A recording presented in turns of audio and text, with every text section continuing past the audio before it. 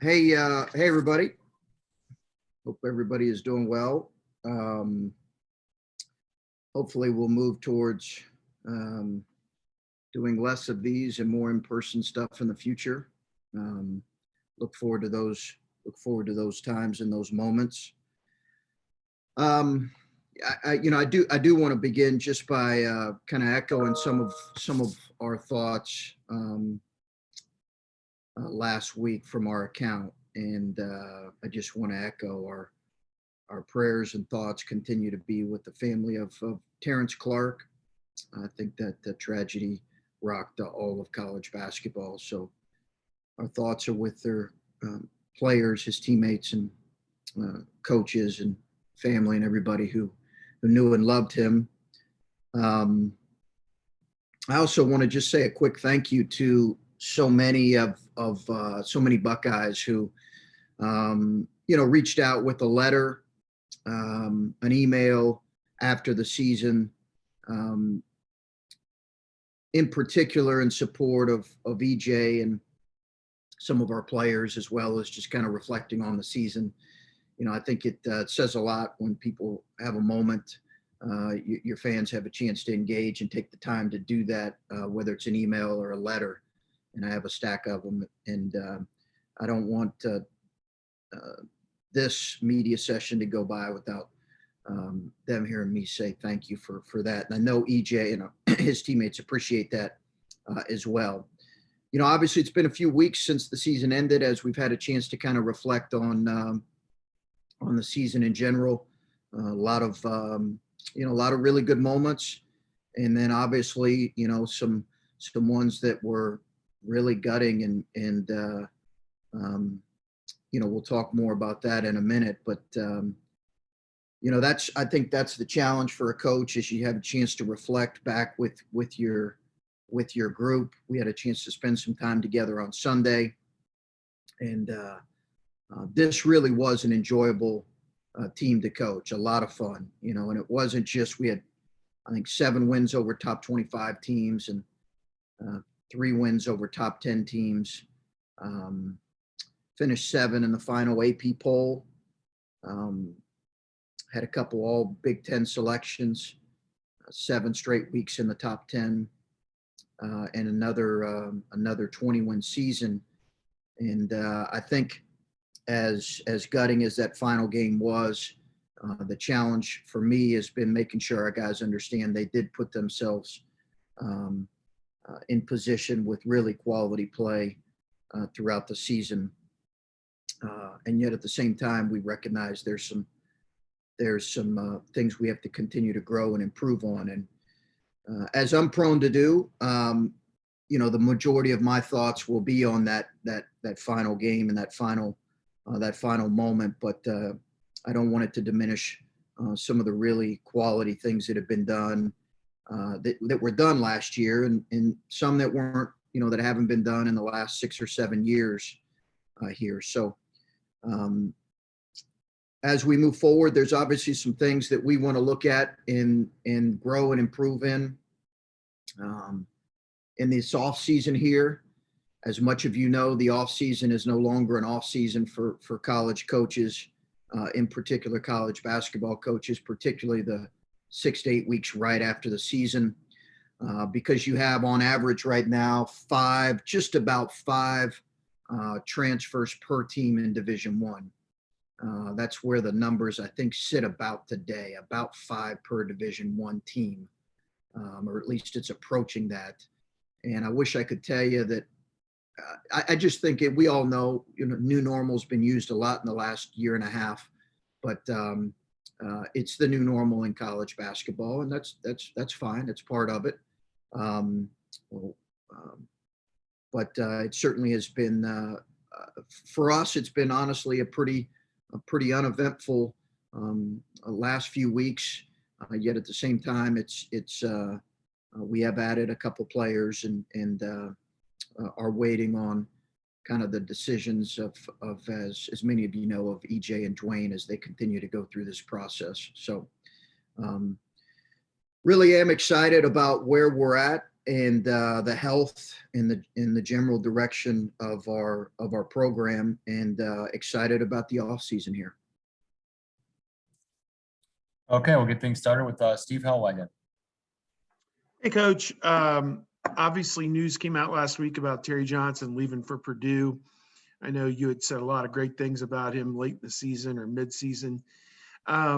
Being portrayed, I guess, that he's getting an opportunity to maybe broaden himself professionally, call offense. And Coach Painter, obviously losing a couple guys, was in a situation where he needed some help immediately. So I don't know, just how did that all come down, and where are you headed with, I guess, your next hire there? Yeah, Steve. So I don't just like Terry. I love Terry Johnson. Love him. Kristen, the boys, we've been together 7 years. 7 years is, it's a long time to be together. And I think I just love him as a person. He did good work for us, both at Butler and here in our 7 years together. And as he mentioned, the idea of doing offense after doing basically being our defensive coordinator for 7 years, I think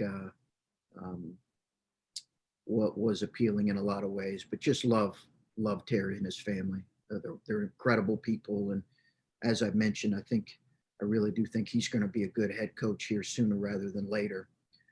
Excited about the hire, and I'm taking my time with it. I think this gives us an opportunity to maybe adjust some things and some roles within our staff, and that's something I had thought about here in a couple weeks, really since the season ended. So really looking forward to it. I love our staff. I think we have really an outstanding group. Obviously, the two assistants as well as the support staff. It's a phenomenal group. So look forward. The position, as you might expect, has been an incredibly high demand. Incredibly high demand. So I'm trying to take my time and make sure that while I did have some ideas in mind here, and really in the last couple years, you always do. I still am trying to take my time with it. So I don't anticipate a decision anytime, really soon, Steve. But I'm excited about that it's a position that people are excited about, and I'm excited about the addition that we can add and some of the candidates that I've had conversations with. Just clarifying, adding Joey Brunk, does that take you out of being able to add anybody else, a 21 high school senior? Are you done as of right now because of his addition?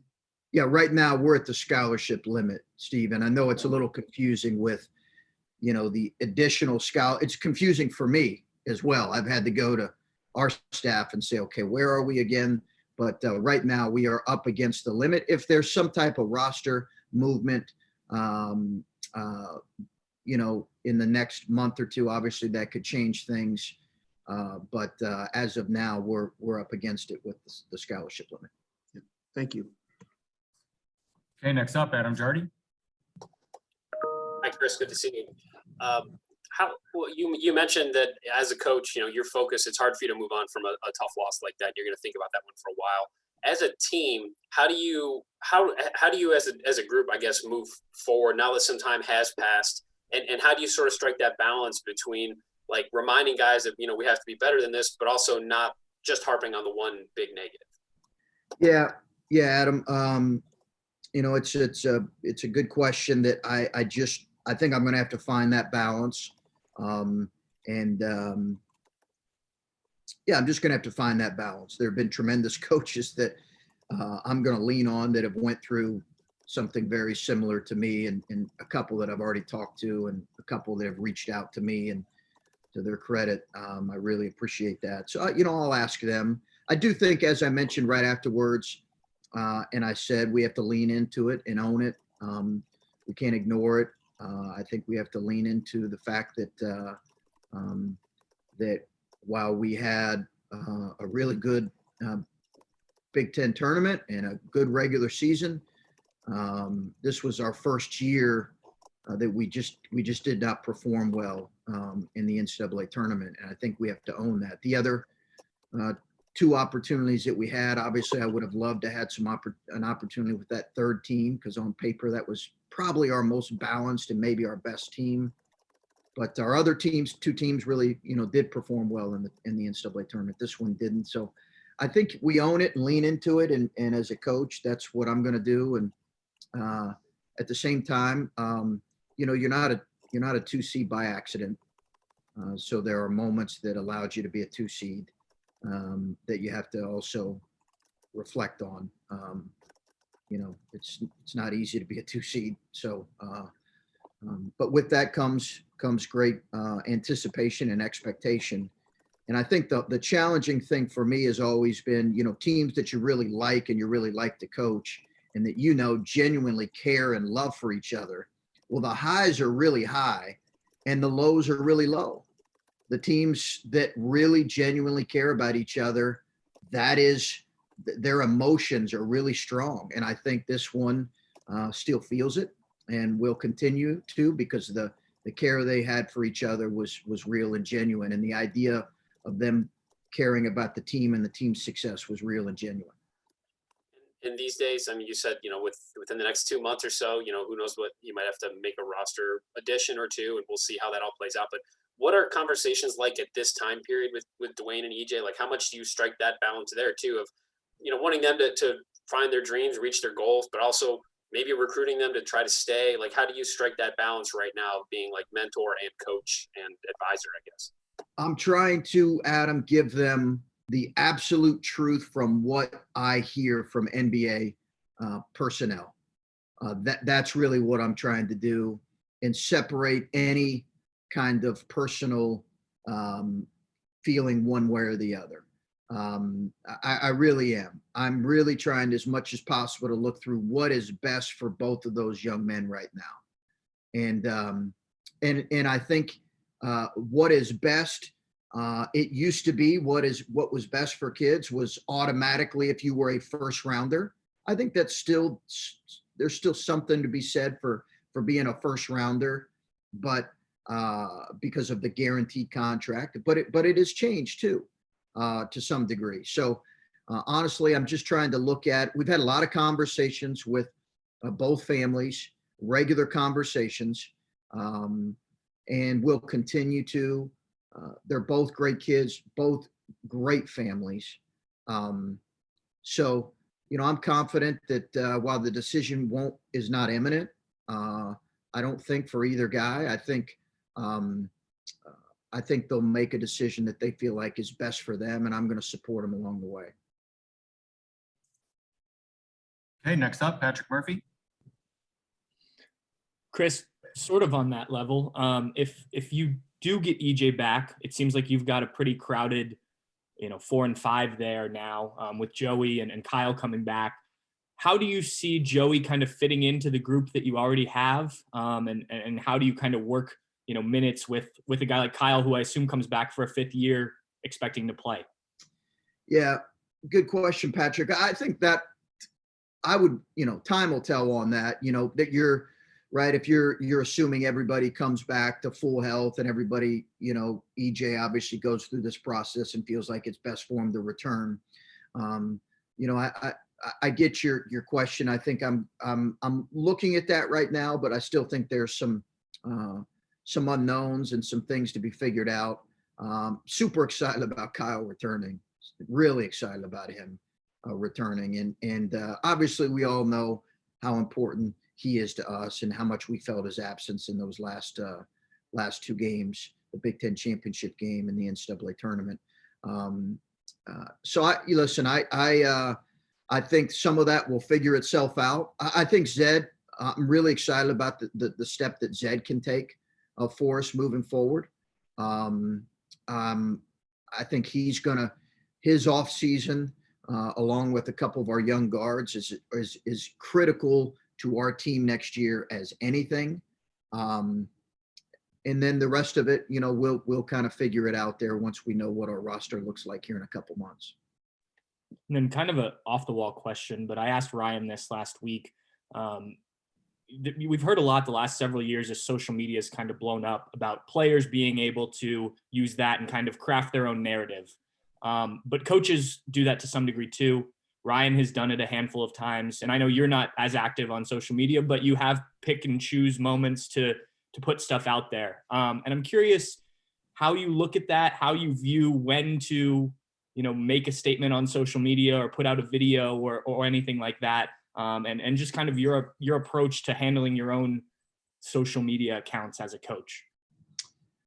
Well, full disclosure, I don't always handle all of my social media stuff, but I try to as much as possible. And I think that, I'm below average at the social media deal. Admittedly, I think it's more probably time consuming than I care to give it credit. But I do think there is some importance to it.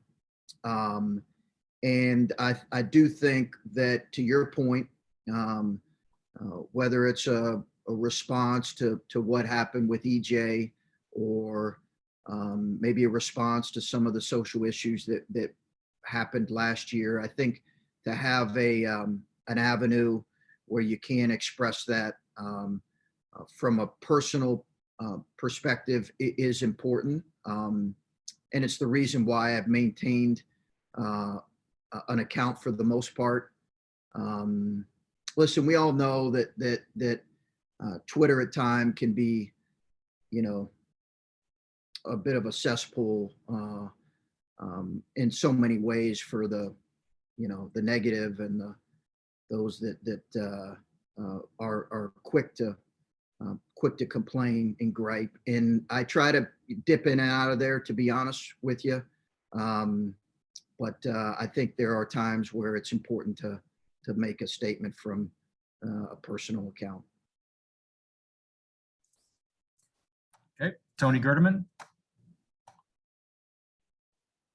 Chris, you mentioned Zach taking this next step. We see him before every game working on his jumper and his perimeter game, and he looks comfortable out there. Is that part of that next step? And what do you expect from him next year? I'm sorry, Tony. Zed.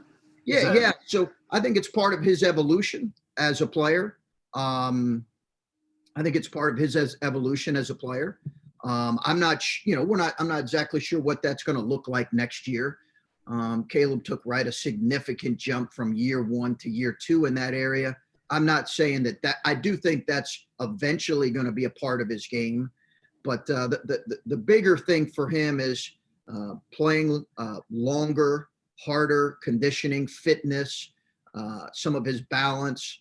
I just think I'm really excited about his growth as a player.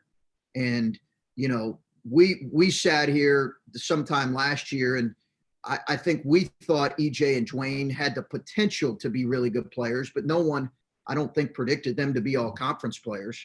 I don't think. So I do think that there is growth there for him, as along with some of our other young guys. But it's the summer's important. As far as stretching his game, I think that'll eventually be a part of his game. He's got to start making free throws at a higher clip, and he will. But I do think that's stepping out beyond the 3-point line is going to be a part of his game eventually, for sure. Thanks. For sure. Okay, Tim Hall. Hey, Chris, what was going through your mind when you found out that Zed and Ncaa were getting this opportunity to try out for the U19 team? That's pretty cool, isn't it? Great honor for those guys. So I got contacted pretty early about them. I got asked to be an assistant coach on the team about a couple months ago, and it just schedule-wise didn't work out. So about the same time, I think you guys know I worked with USA Basketball a couple years ago, and it's an incredible organization. And I would have I think really enjoyed being an assistant coach on that team. It just didn't work out this particular time. But about the same time, Tim, is when they told us that that Zed and Ncaa were going to get asked, and we really don't have any role in that. That we don't nominate guys. That comes directly from USA Basketball and from some of their kind of grassroots organizations where they view guys. I've been a part of that process with the under U19 team before. It's a pretty grueling few days, but super excited for those guys. And they jumped at it. They were like all in, like, Coach, we're going to it. Can we room together? And I was like, you guys room together here. You want room together? You sure you want? Yeah, we want. Can we room together there? That's what first thing Ncaa asked me. So they're really excited about it, and I'm excited about going out there and taking a couple days to watch them during their tryouts. That's funny you mentioned that you were asked to be an assistant, because I saw that Jamie Dixon was the coach and didn't know if you had a relationship with him. And I couldn't find any assistants anywhere outside of calling up the offices. Do you know who the assistants are going to be on that squad? I don't know. I'd heard a couple names, but I don't know definitively if they have any right now. They typically have like 2 assistant coaches and then some like maybe 2 other guys. And there's a process to it. They kind of bring you in, Tim, and they ask you to kind of begin in this role and then be an assistant and then be a head coach. But I can't remember who the 2 guys are right now. Hey, thanks, man. Sure. Hey, Stephen Means. Chris, I obviously last year didn't end the way you wanted to, but there were some raised expectations, especially as that season went on. I don't know how much you look at way too early predictions and all that stuff, but assuming Dwayne and especially EJ, assuming they come back, these expectations aren't going to go away. It's going to probably be the same thing next year where people are going to think you're a Final Four team and whatnot. So just kind of projecting out a little bit in your eyes, what this team can look like next year when a lot of these guys are a year older now. They've actually been through an NCAA tournament for the most part. Yeah. No, Stephen, I think that's valid. I do think that the experience of playing in a tournament and also being a high seed in the tournament, there is value in that. There is value in particularly that experience of feeling the pressure of being a high seed in the tournament. It's so early right now, Stephen. There's so much transition with roster, like, those way too early lists are going to look so different in, a couple months.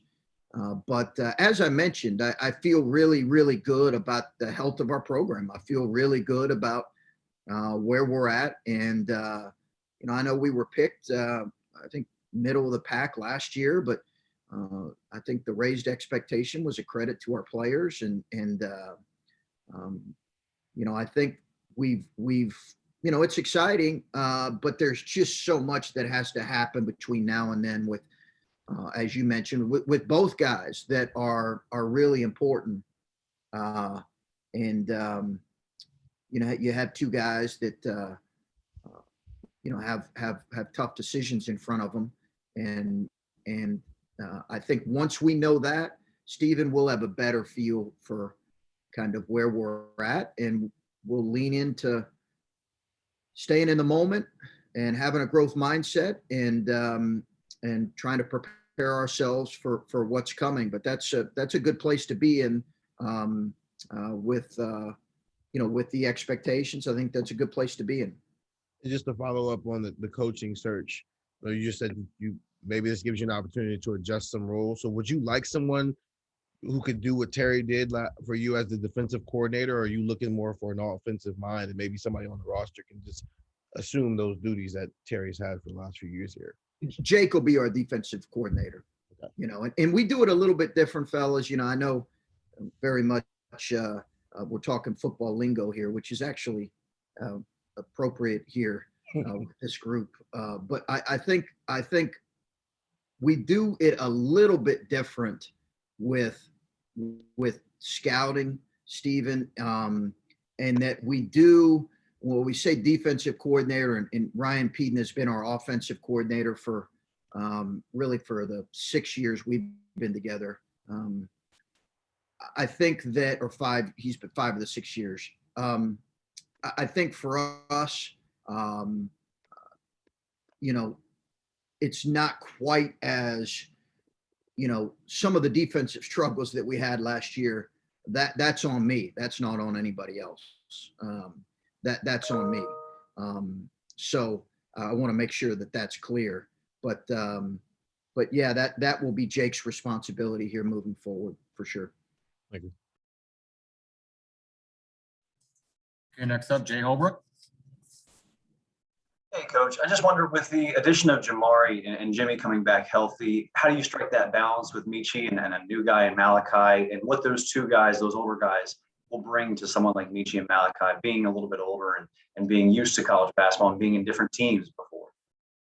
Yeah, no, I'm excited about, really excited about Jamari and excited about what he brings in terms of a guy that can defend the ball. We're losing that with CJ Walker, who was really good at defending the ball. It's an area that Dwayne has to improve in if he returns. I think Ncaa can be good at guarding the ball, which is important for us. He's got really good feet. I think, Jimmy brings different strengths in terms of his positioning defensively. But I think those are things that kind of you wait to figure out once you know exactly what your roster is going to look like, for sure. But you certainly need depth there. We're looking forward to some of our guys like Jimmy who are not healthy getting healthy. I'm super excited about the step that Ncaa can take as a player, as well. A young guy who I think bringing him in when we did, I liked that. And I felt like that was a good decision at the time and remains a good decision. And hopefully next year will provide some benefits from his experience there. But yeah, Jamari obviously meets a need for us in terms of both his defense, his on-ball presence, his offense has improved, as we know. And, he can be a real pest on the ball, that's for sure. And then just your reaction to the one-time transfer rule kind of coming. It feels like it's been a long time coming too. Yeah, it has been. You could really say that's been in effect for a year with all the waivers that went through last year. I think everybody understood that's where it was heading. And those that, like, listen, I was looking at the news the other day, saw a college program, I believe a high major program, who had 13 players in the transfer portal. Another one had 9.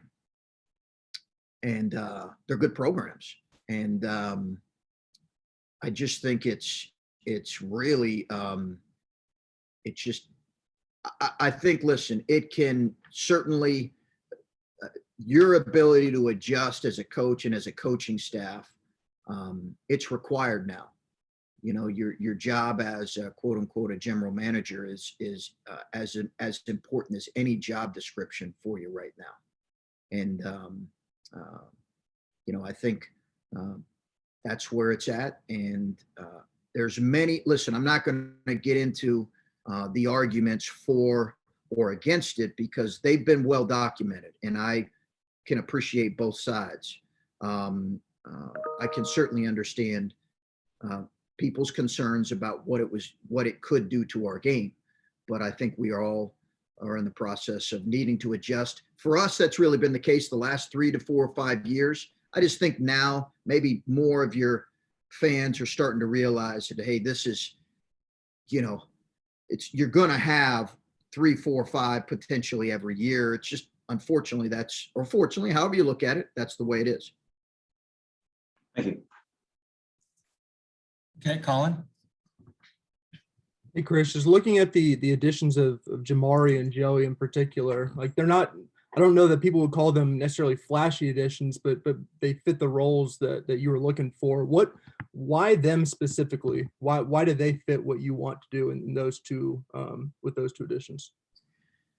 Yeah, Colin, it's good to actually see your face here. I didn't see your face there for the first few minutes there. So listen, I understand, immediately, sometimes your fans look at points per game and say, well, we should be taking this guy or that guy, but you're trying to assemble a team. And, while we don't know anything on a couple of our players, we do understand we have some guys that have performed well that are returning. So you're trying to put a team together. And I just felt like with Jamari, he answered some questions in terms of our perimeter play, defense and leadership. And Joey is a guy who's, who played, he's never played more than 20 minutes, but he did play 20 minutes on an NCAA tournament team, whatever people want to say about like that team. That Indiana team was an NCAA tournament team. And I think a quality team. And he performed well there and was able to provide a big presence. I think in our minds, we could see, I don't know that I know, well, I do know we will not play as quote unquote small as we did last year. I think that provides more opportunities for Zed and for Joey as well. And then I think that you talked several times during the season about defensively and you needed to get better, but maybe there was a cap on how good you guys could get, and you probably didn't get to the level that you thought you needed to. But this offseason going into next season, do you think you'll find that balance that you want? Do you think that this roster is better set up to have the balance that you're seeking? Well, I'm hopeful. Again, I think some of that depends on the way some of our young guys get better. We need guys like, again, Zed to take a step forward, some of our young perimeters and our perimeter play in general to take a step forward. We need some of our returning guys to improve in those areas. While, listen, playing a little bit bigger at times could affect our offense. It's potential for that. EJ is going to play almost exclusively at the 4. While that could affect us some, if he returns, but that could affect us some.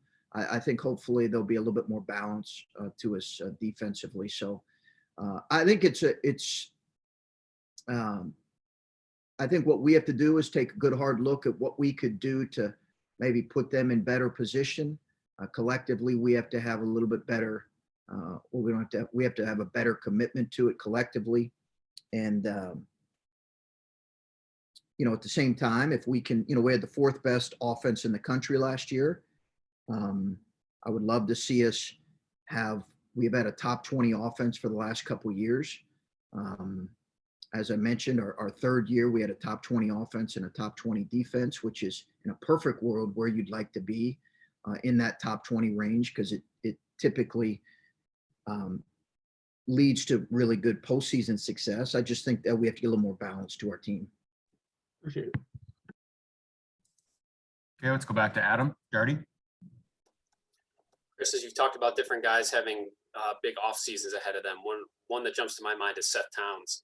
And I just wonder, it seems like he could be in line for maybe a big step. And you talked a lot during the season about him not being where he wanted to be, but that next year was maybe a bigger opportunity for him. What does an off season look like for Seth? And how does that change what you think you might be able to get from him and what should be his last season? Yeah, I agree with you. I think his offseason's critical, Adam. He just got to get healthy. He's got to get fully healthy. I think if he gets fully healthy, I was really proud of Seth this year because, one of the 2 or 3 things we're looking and really examining hard here in the postseason is maybe why we were banged up towards the end of the year like we were with Justice. And obviously Kyle's was kind of a freakish incident, but all of those collectively that impacted us, we're taking a good hard look at that. There's some things we could have done better as a staff, but I was really proud of him. He helped us win games, and I'm excited about what's next for him. I think his offseason is as critical as anyone on our team for sure. And you were asked about the transfer rule a moment ago, and I just maybe looking a little bit bigger picture, does that change how you have to recruit high schoolers? Do you think that will change how like recruiting and bringing in freshmen? I mean, it seems like you could very easily make an argument that it makes more sense to go out and get a proven guy rather than invest 3-4 years in a kid that could transfer after a year. Do you see that in the sport having maybe a change as far as where the approach starts to be focused in recruiting? I do think you'll see that change. I do think you'll see this affect high school kids, unfortunately. I do. I just think it's going to provide a few less opportunities. That is a byproduct of this that probably hasn't been talked about enough. For us, we're always going to have a blend, and we're always going to rely on recruiting high school kids and helping, develop them. We obviously have a great start here in this next class, but that's always going to be what we're going to do. But listen, I've had coaches tell me that they're going to recruit exclusively the portal. That's not how we're going to do it. And I've heard high major coaches say that's not how we're going to do it, but that's one way of doing it. And I don't look at it and say that's right or wrong. It's just a different way of doing it. Okay, next, Pete. Clearman's Row. Hey, Chris. So much of the season had to do with COVID for so many teams, but towards the end of the year season, we just didn't talk about it a lot. I mean, what was the impact the last 6 weeks of the season? I mean, and just talking to EJ 3 weeks ago, it made it seem like it was a huge deal for these players to be able to have the season come to an end and be able to be with their families again. I think it was. Yeah, I think it really was. They were ready. We're talking about multiple months, 2 semesters, a little bit longer season than some other sports. So between the testing, our guys were phenomenal. Like they were phenomenal with the COVID protocols all year.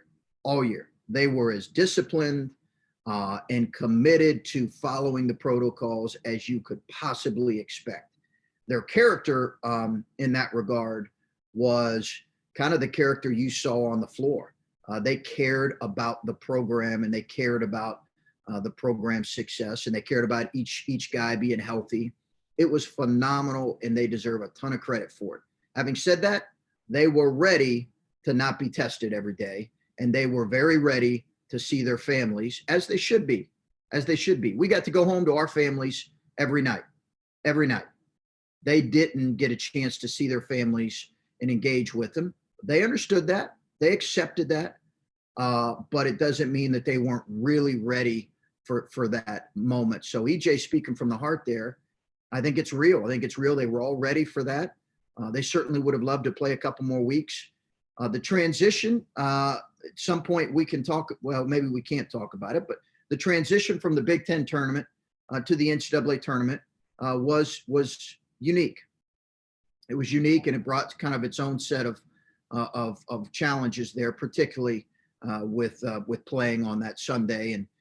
But I think our guys were phenomenal with it.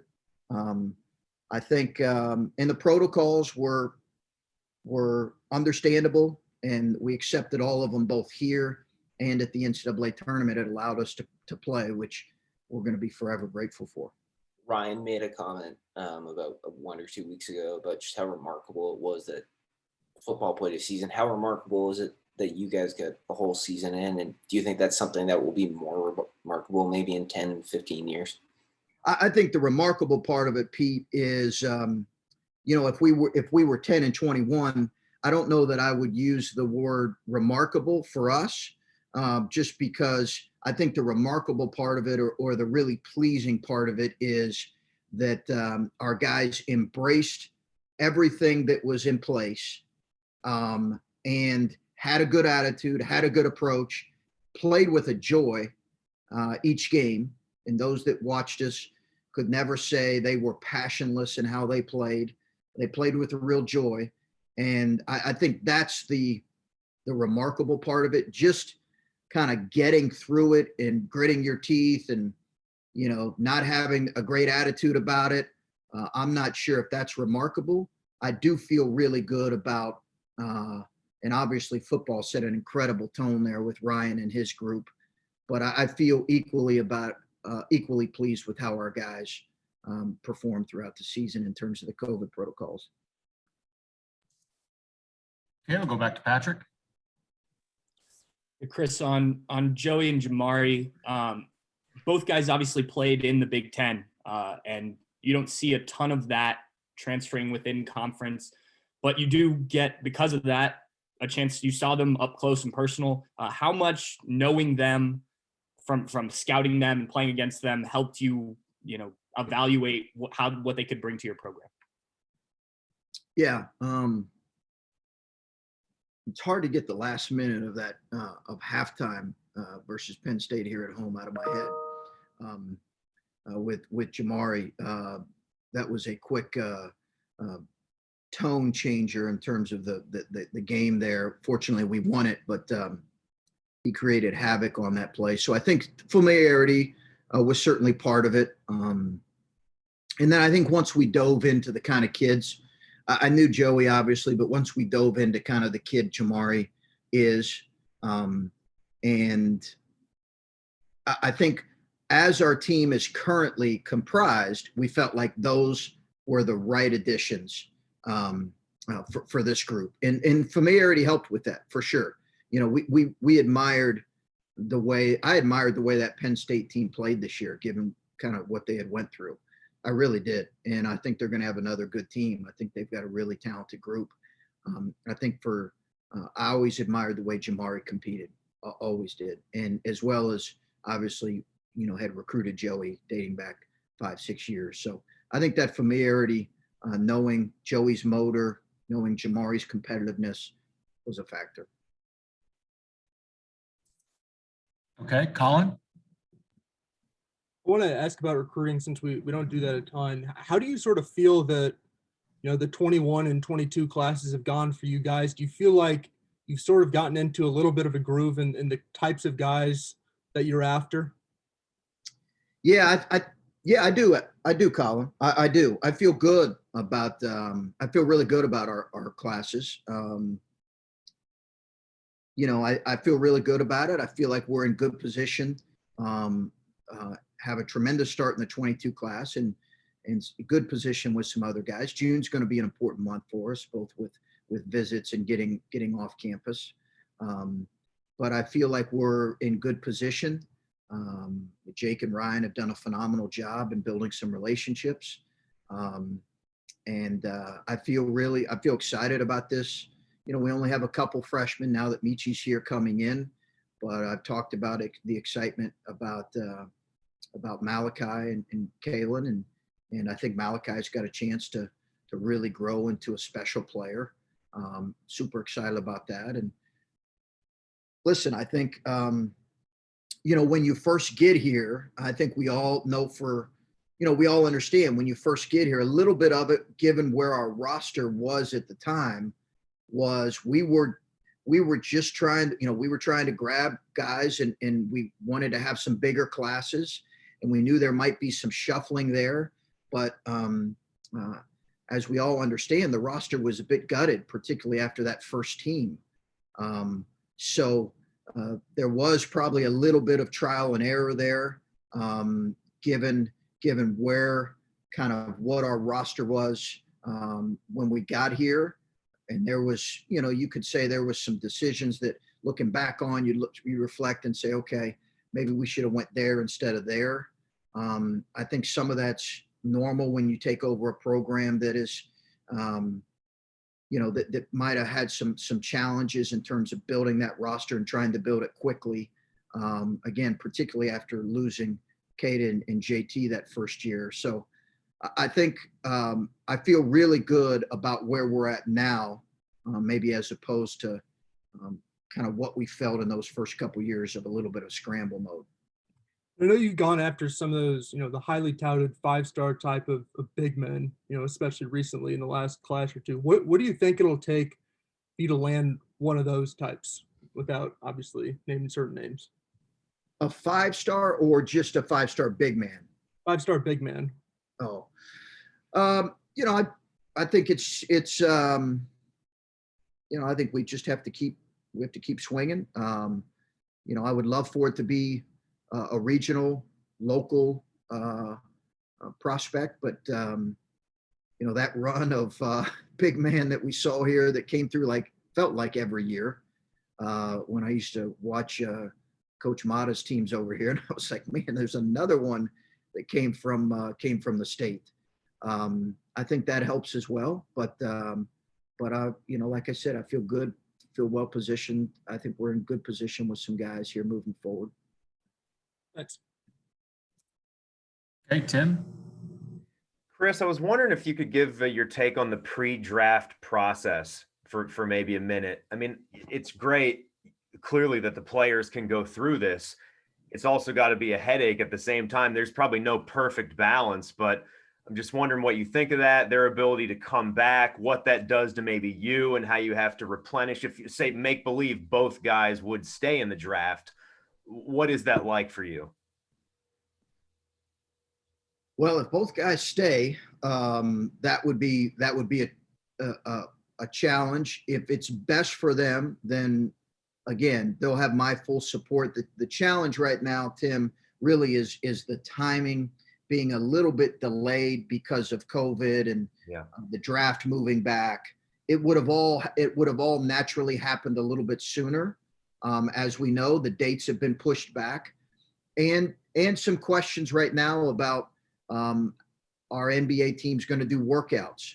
So the intel that you could normally get from workouts, is the combine going to take place, and to what extent is that going to take place?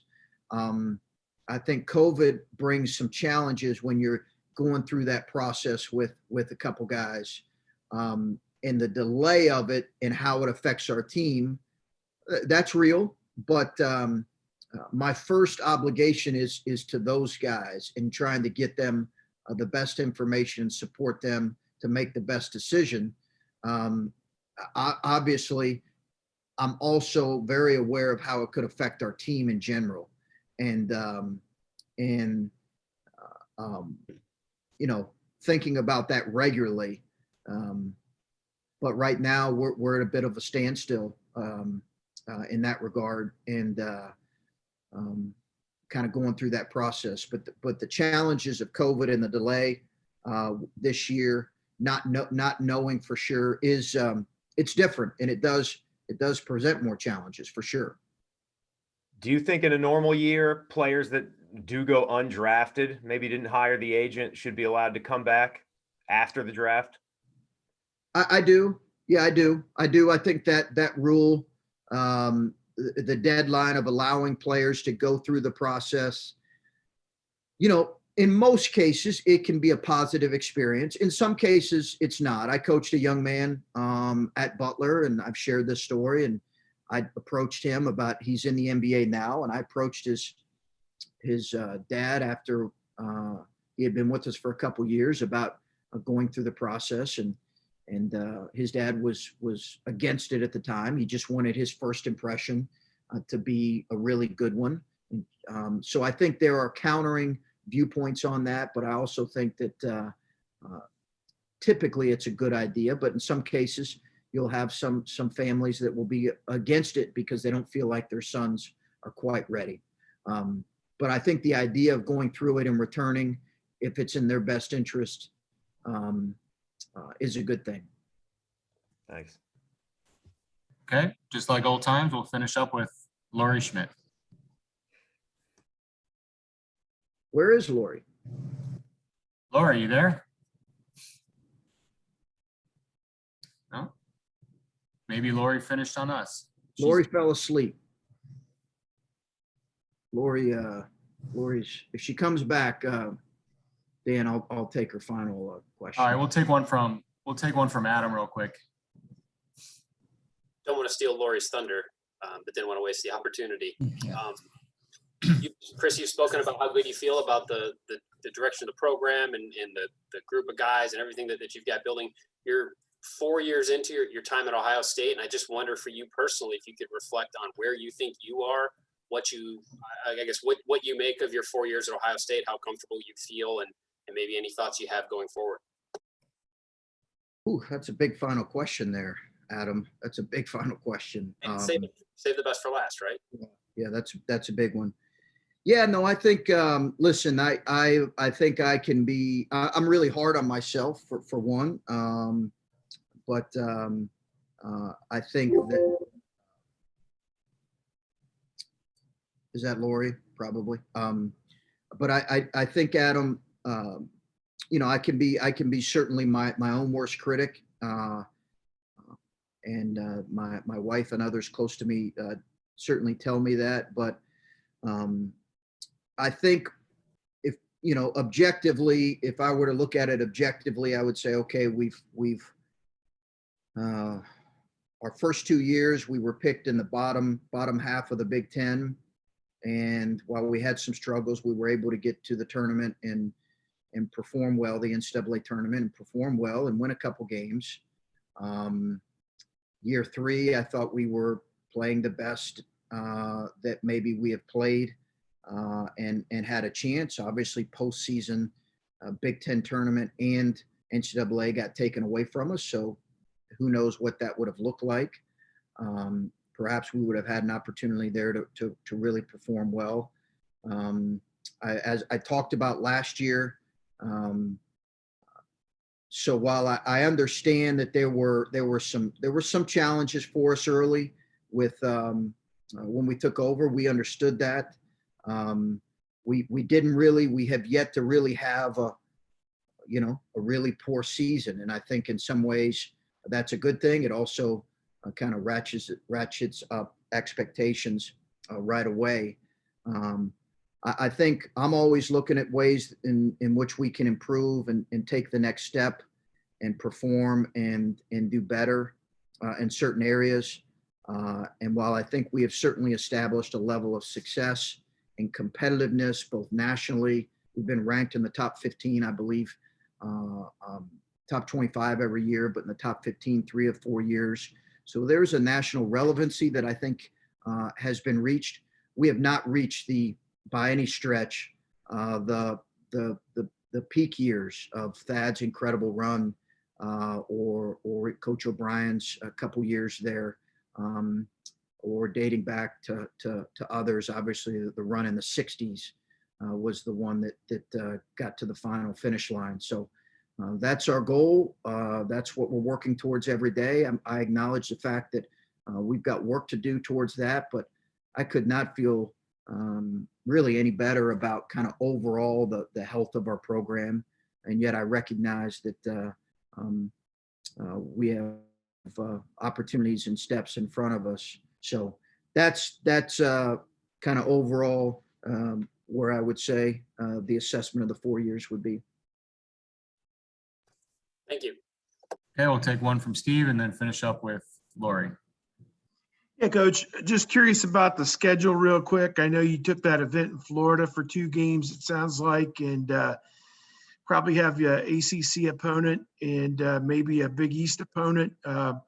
Any other neat surprises coming down the pike with that? Anybody you feel like you've had home and homes with Cincinnati and some other teams? Anybody you feel coming down the pike with that? Yeah, Steve. So I think, we spoiled probably our November, December ardent fans with that home schedule. What was it? Year maybe 3, 2 or 3, year 3, I think, with Cincinnati and Villanova there in back-to-back games. I don't know quite if the schedule, I think there'll be times where the schedule has that degree of pop early. I'm not sure if it will consistently have that. That was just a unique situation. We are always going to try to play in one of those preseason tournaments, Steve. And I think all in all, those have typically been something, the day where you could play, 9 or 10 quote unquote, bye games, those days are over. I don't want to do that. And I think by and large, probably fans don't want to do that, don't want to see that. Having said that, we all know some of those teams are really good. I think for us, it's about building a quality schedule. The 20-game schedule of the Big Ten has changed things a little bit. The addition of those preseason tournaments have changed things a little bit. So as far as playing another home and home against the likes of the teams that we've mentioned right now, we don't have those on schedule for this coming season. Thanks. Okay, Lori, here's your shot. Can you hear me now, Coach? Gotcha. I got you, Laura. Oh, I good. got your audio. So nice to hear from you today. I wanted to follow up on something. You mentioned what a challenge it was transitioning from the Big Ten tournament to the NCAA. I'm wondering what it was about that posed such an additional challenge this year.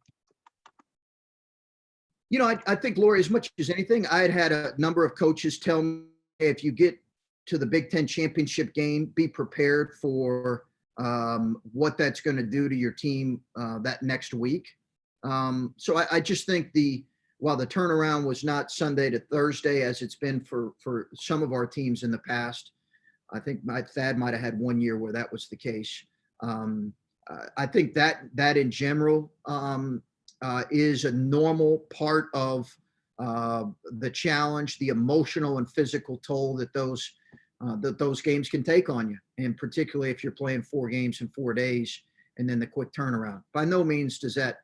I'm not saying that as a reason why we didn't perform well on Friday, but I'm just saying that challenge, and I think the idea of just, you know, you typically go back, have a chance to watch the selection show as a group. It was literally, we went right from the floor to the selection show, and I just think the specifics of that, Lori, I probably wouldn't want to get too involved with. I understand all the protocols that were in place, but just it was a different experience going from there right back to the hotel and then into a quarantine for a good bit. Again, Illinois went through it. They were in the championship game as well, and it was a unique experience for sure. But again, we got to play a season, so at the end of the day, we're all grateful for that. Okay. Thanks, Coach. Everybody. Okay. Thanks, guys. Be well. Thanks, guys. Thanks, Coach. Yep. Thanks, guys.